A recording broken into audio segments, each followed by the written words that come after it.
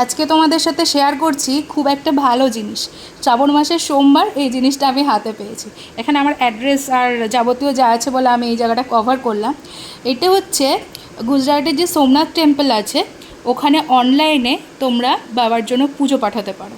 তো আমি সেটা ওদের ওয়েবসাইট, যেটা ওদের নিজস্ব মন্দিরের ওয়েবসাইট, সেখান থেকে আমি পুজো বুক করি। ইভেন অনলাইন পেমেন্ট করে আমি এইটা আর কি পুজো বাবার কাছে যেটুকু দেওয়ার সেইটুকু আর কি পেমেন্ট করি।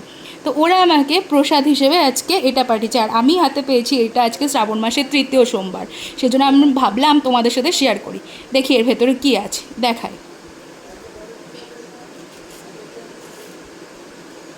খামটা খুলি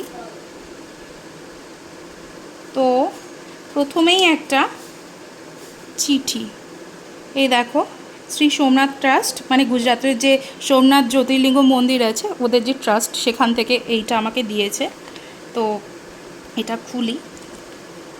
এইটাতে বাবার বেলপাতা দিয়েছে। এটা বাবার প্রসাদ, বেলপাতা বাবার মাথায় চড়ানো হয়েছিল, যেটা প্রসাদ হিসেবে এই বেলপাতাটা আমি পেয়েছি। জয় বাবা।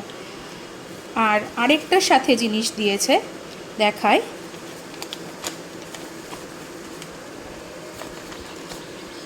সেইটা হচ্ছে এই রুদ্রাক্ষটা।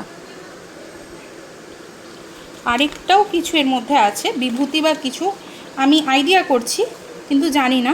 হ্যাঁ, এই যে বাবার ভস্য প্রসাদ, ভস্য বিভূতি। তো এই 3টে জিনিস আমাকে ওরা, একটা খুব নমিনাল ফিজ আমি পে করেছিলাম, ফিজও না, বাবার নামে যতটুকুনি দিয়েছিলাম।